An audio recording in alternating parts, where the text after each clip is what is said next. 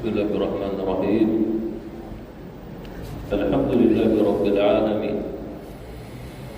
Wassalatu wassalamu ala nabiyil amin wa ala alihi wa sahbihi ajma'in. Asyhadu an la ilaha illallah wahdahu la syarika lahu wa asyhadu anna Muhammadan 'abduhu wa rasuluhu wa huwa habibuhu wa safiyyuhu khaliluhu. Amma ba'du. Assalamu alaikum warahmatullahi wabarakatuh. InsyaAllah kita sambung lagi, masih lagi berkaitan dengan akad.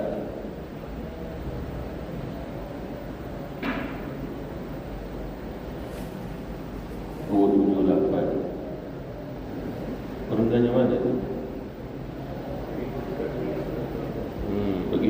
Begitu juga minyak pada kelapa dan air mawar pada bunga mawar. Jadi Imam Al-Ghazali nak bagi tahu kepada kita, akal yang dikurniakan oleh Allah Subhanahu wa ta'ala itu dah betul jalannya, sehinggalah mustahil manusia tidak mengenal setelah Allah Subhanahu wa ta'ala mengurniakan akal. Seperti mana Allah Subhanahu wa ta'ala memberi kita air, air tetap air, api tetap api, tanah tetap tanah. Maka kita tidak akan mentakrifkan air itu dengan api itu dengan tanah. Itu peranan pada akal.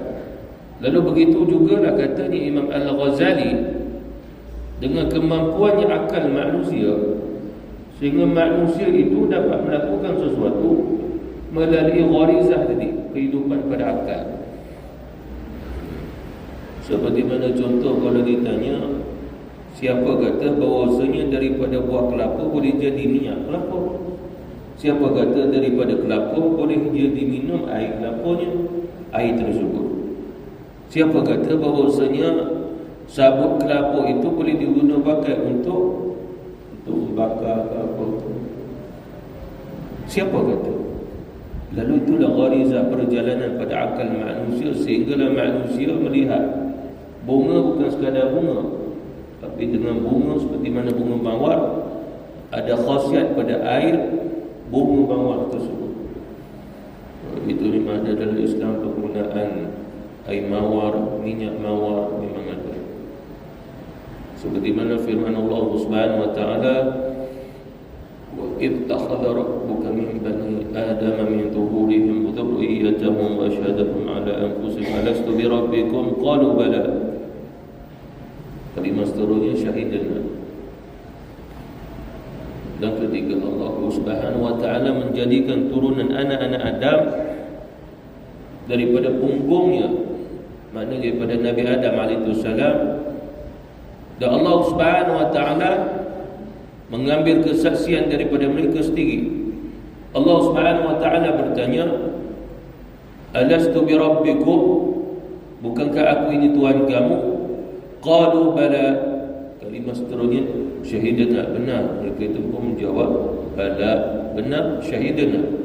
Syahidana itu tidak ada di sini. Mana kami bersaksi, ya Allah, Kau saja Tuhan kami.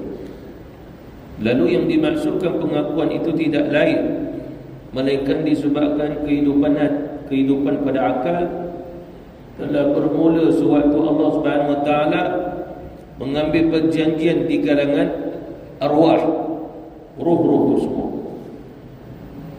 Hendaklah kita ketahui dia sudah akidah Ahlussunnah wal Jamaah.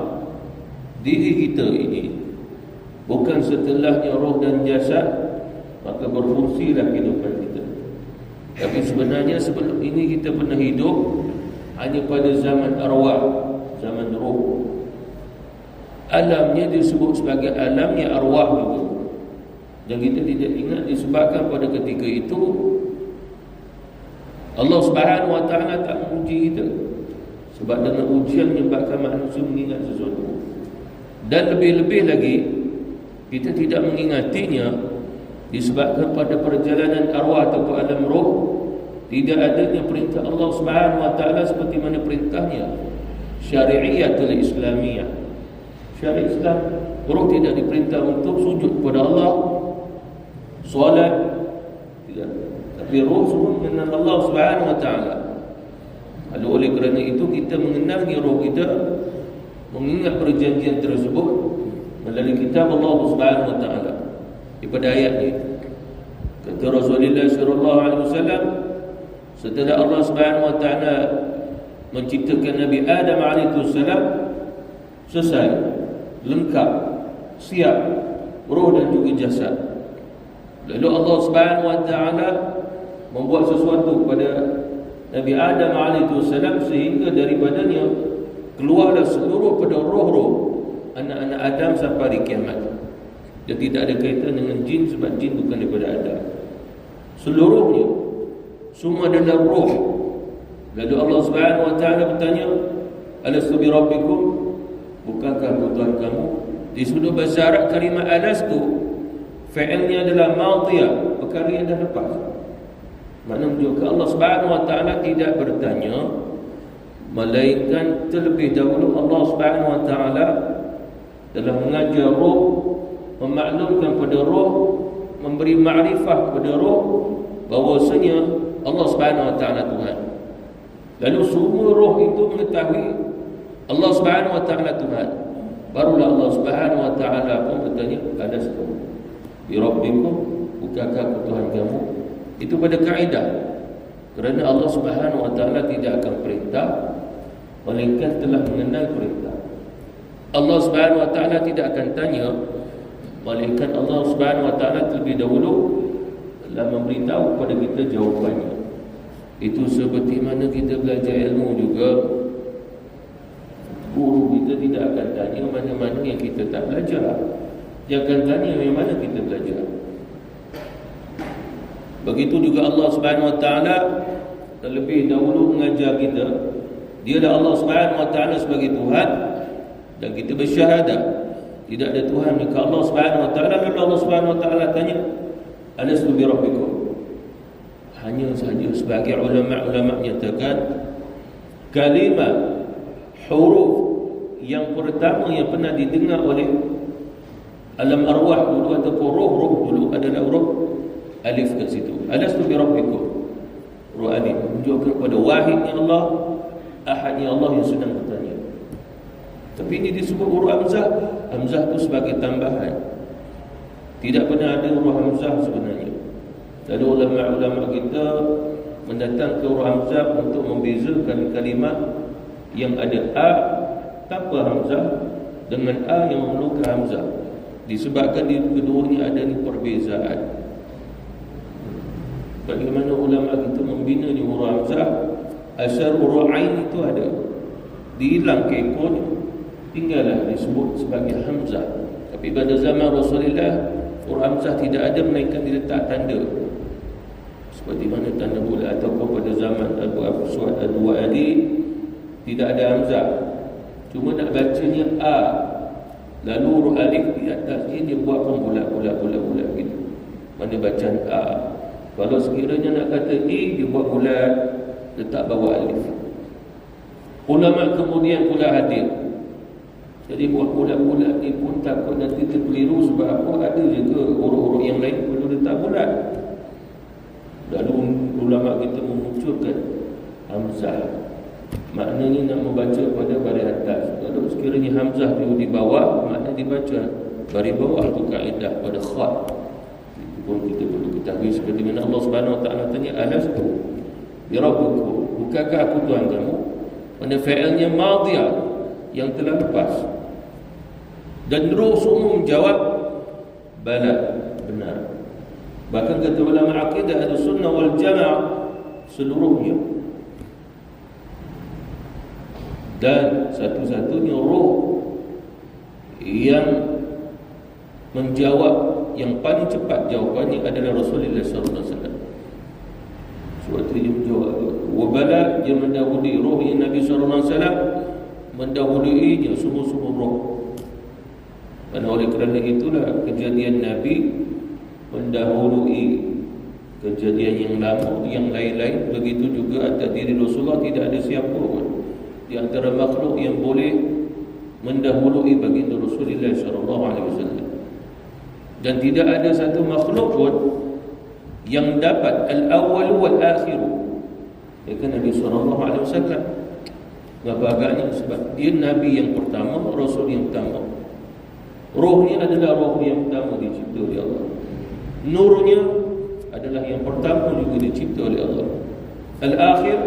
Al-akhir ni adalah Nabi Rasul yang terakhir diutus untuk umat yang terakhir. Tapi dia mendapat al-awwal di akhirat. Kata Rasulullah sallallahu alaihi wasallam, aku yang pertama akan dibangkitkan. Aku yang pertama akan memberi syafaat. Aku yang pertama akan melintasi tiang sirat. Aku yang pertama akan masuk syurga. Itu al-awwal.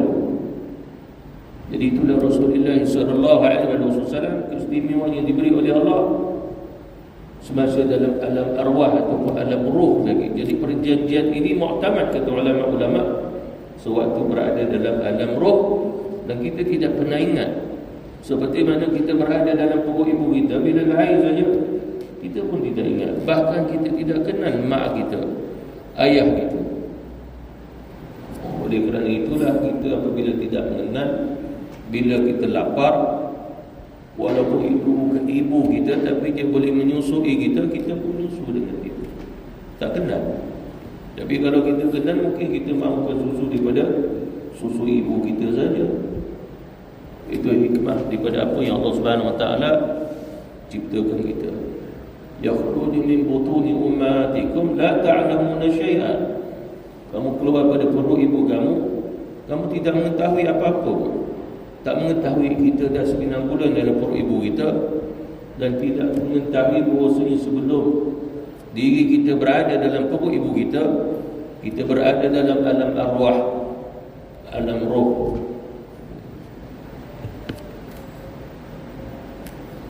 Yang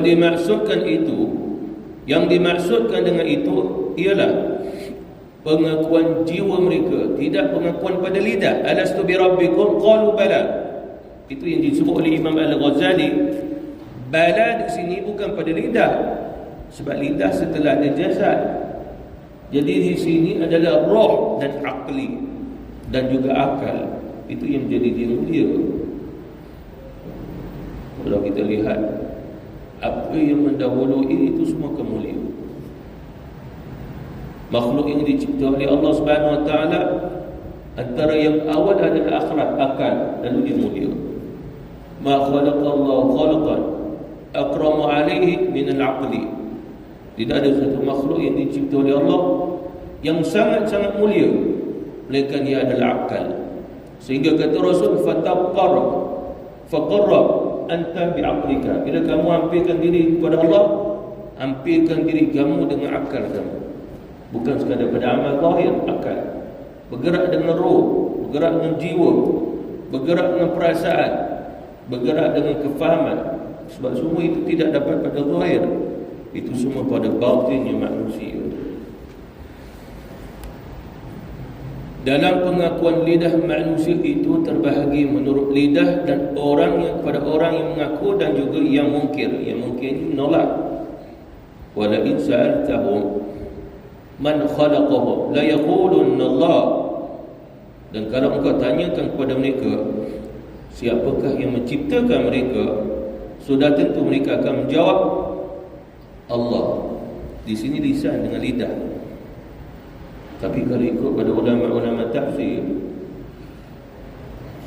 soalan ini ditanya kepada orang kafir di Mekah.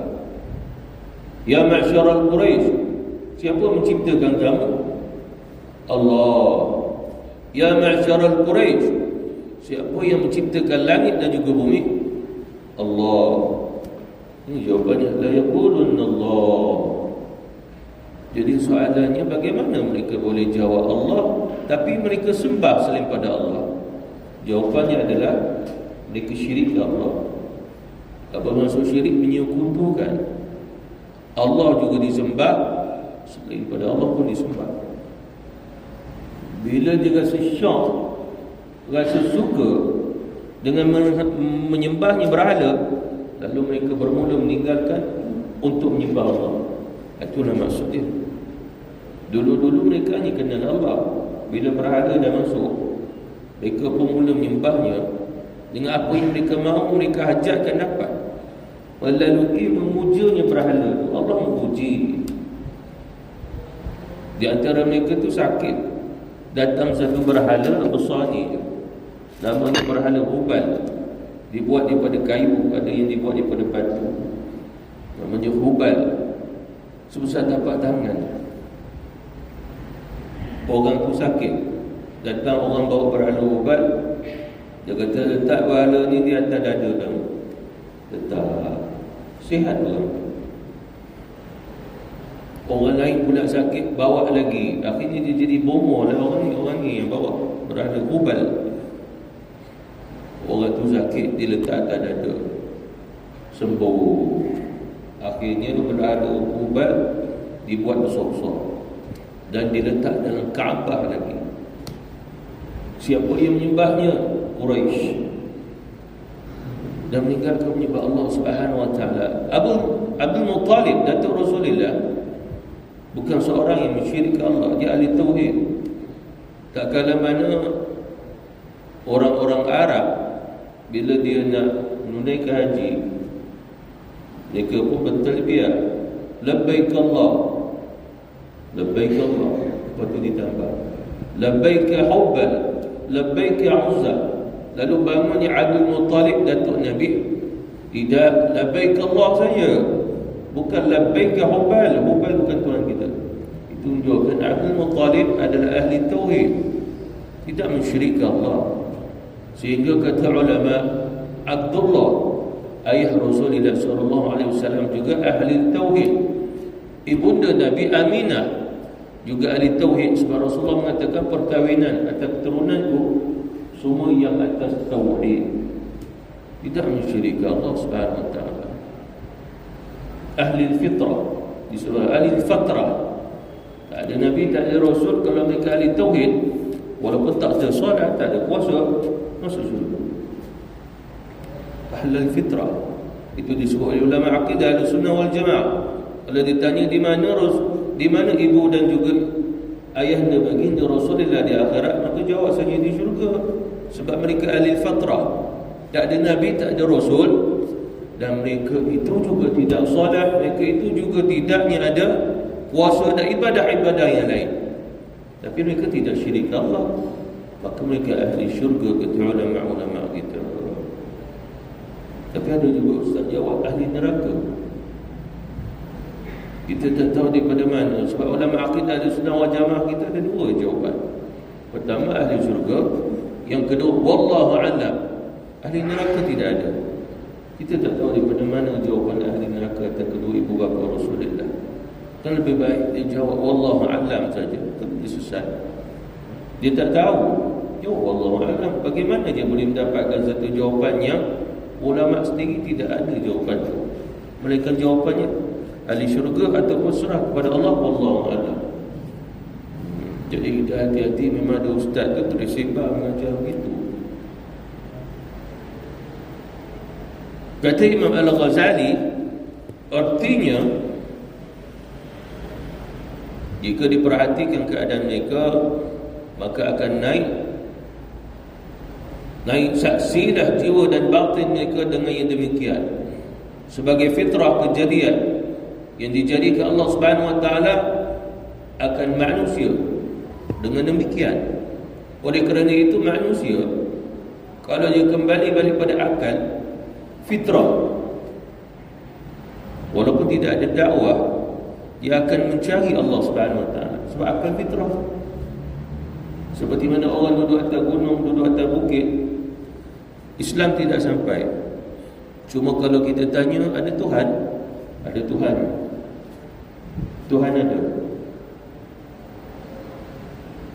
Barulah dalam Islam beritahu Tuhan adalah Allah Subhanahu wa taala. Cuma pada akal fitrah ni mengakui langit, bumi, matahari ada yang menciptakannya, dan dia juga menolak semua tercipta sendiri.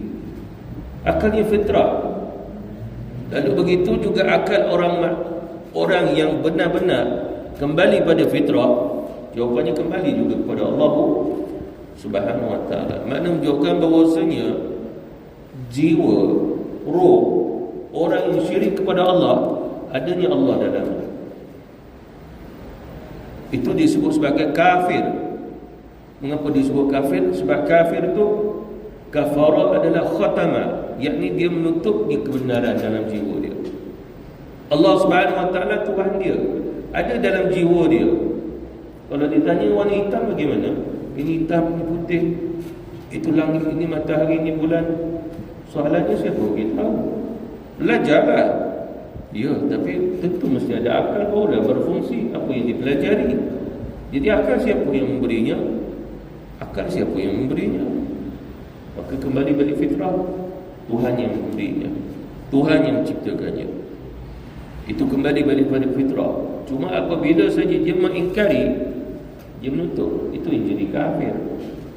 Itu yang kata ulama-ulama kita, ta'rifnya orang-orang kafir tidak lain, mereka adalah orang yang dalam menutupnya cahaya ataupun nurnya Islam, nurnya iman, nurnya ilmu, nurnya ma'rifah untuk sampai kepadanya.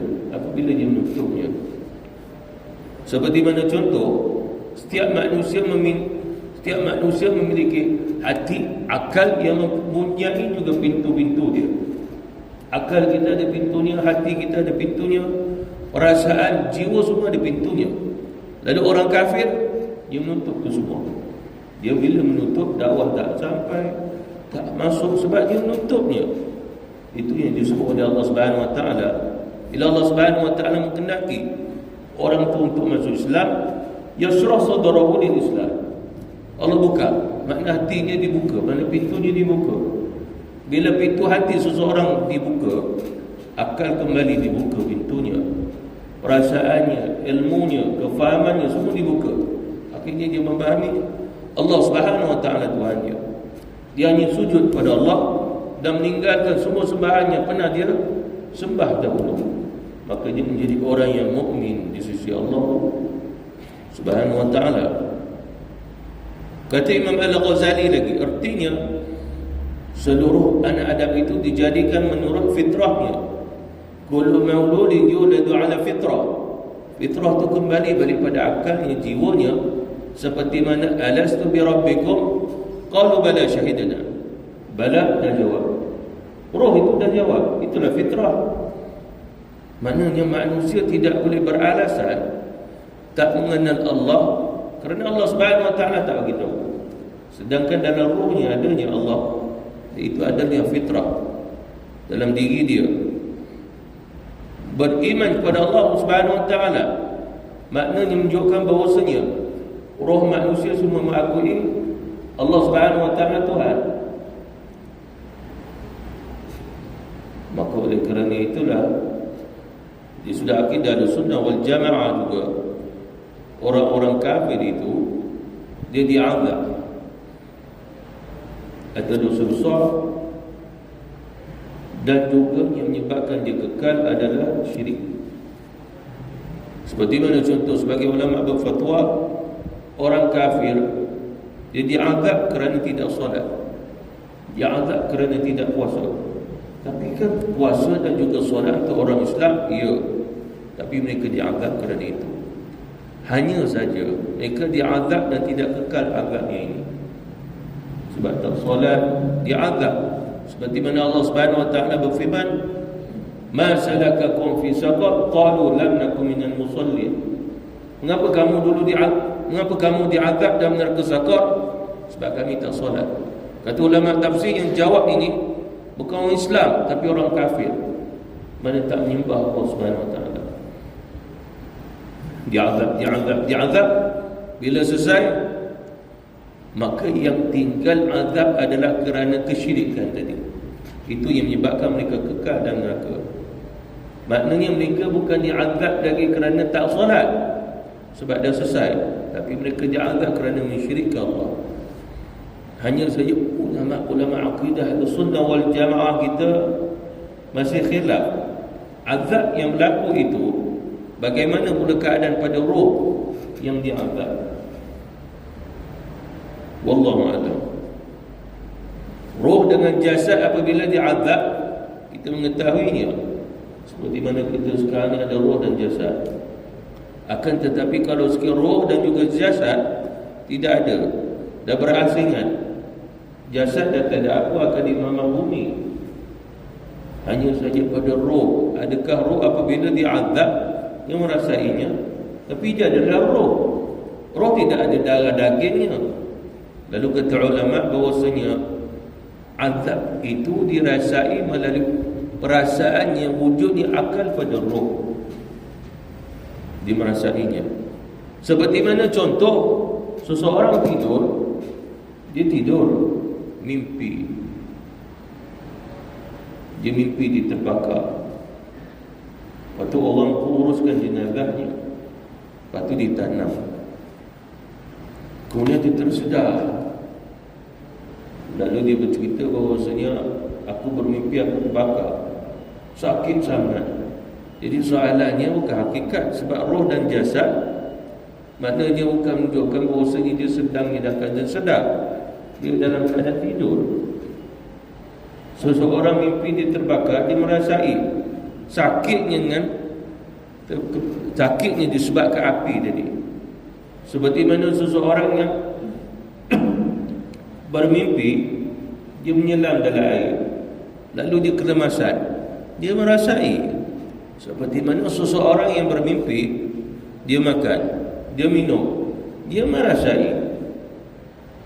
Lalu kata ulama dalil menunjukkan tidak mustahil bahawasanya roh boleh merasai itu semua. Walaupun sejenis sesaan, roh boleh merasainya kerana adanya akal. Itu pasal hari ini ubat-ubat yang kita makan sebenarnya untuk hilang ke akal. Sebab kita rasa sakit, telan ubat tahan sakit. Tak sakit masih berjalan, cuma dia menghilangkan akal kita yang fikir tentang sakit. Itu maksud dia. Tak sakit masih berjalan.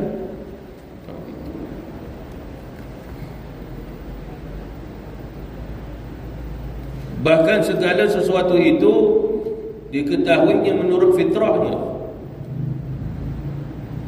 yakni fitrah itu sebagai yang menjamin kerana dekat persediaannya untuk mengetahui itu. Maknanya Imam Al-Ghazali nak bagi tahu kepada kita masih lagi berkaitan dengan akal. Akal manusia ada fitrah. Maka mahu tak mahu siapa pun dia pasti mengetahui. Seperti mana orang gila, pasti dia pun mengenal sesuatu, dia merasai sesuatu. Orang gila pun rasa lapar, orang gila pun mahukan sesuatu, orang gila pun berbicara, orang gila pun berbicara. Satu hari dia bawanya bulu, letak tali, letak mata kail, pergilah mancing tepi jalan raya. Situ bukannya sungai, bukannya laut. Lalu dia buat pancing. Orang pun tanya, banyak ke dapat ikannya? Lepas tu dia jawab, mana ada ikan, kau gila. Siapa yang gila sebenarnya? Mana menunjukkan bahawa dia berfikir, dia ada perasaan. Itulah fitrah. Itu yang kata ulama, kalau orang begini dirawat bagaimana? Dirawat pada fitrah ni balik. Fitrah ini tidak lain, dirawat dengan ruqyah. Sebab ada seorang sahabat Rasulullah, dia begini, mana-mana yang ada kaitan dengan akal, hilang akal, cedera akal. Sebab daripada sudut perubatan, mana nak boleh makan ubat sembuh akalnya. Makan ubat, ingat balik apa yang dia lupa. Tidak, dia ruqyah. Kita ni pelupa lah. Ada ke ubat yang bagi kita ingat? Ada. Sebiji RM4. Kalau makan sebiji, ingat setahun punya kisah. Ada yang harga RM400. Kalau makan sebiji, ingat yang 40 tahun dulu. Kita nak beli. Tapi mana ada? Dalam Islam saja ada ubatnya. Ubatnya ruqyah. Dia lupa ruqyah dia. Surah Al-Fatihah, azan di telinga dia ingatlah balik nanti. Itu berlaku pada zaman Rasulullah. Ada seorang sahabat, dia berbekam kat kepala, darah dah keluar. Lepas tu dia hilang akal. Hilang akal maknanya tak boleh nak stabil akal dia, rasa pening-pening gitu. Lepas tu dia jadi imam, baca Fatihah, dia tak ingat Fatihah. Fatihah dia tak ingat, orang yang ingatkan dia. Habis selesai solat, Rasulullah kata ruqyah dia. Maka sahabat pun ruqyah baca surah Fatihah balik. Mana surah Al-Fatihah adalah termasuk surah di fitrah manusia. Itu pasal Allah Subhanahu wa taala letak surah Fatihah di awal-awal. Bahkan Rasulullah mengajar para sahabat ruqyah saja dengan surah Al-Fatihah. Nabi sallallahu alaihi wasallam tak perintah kita untuk ruqyah surah Baqarah, surah Ali Imran kan panjang tu. Tapi cukup surah Al-Fatihah dibaca 7 kali insya-Allah. Itu kata Rasulullah. Itu dalam Islam. Mana dalam Islam adanya amalan, adanya petua, adanya ruqyah untuk mengingatkan kembali ingatan dia.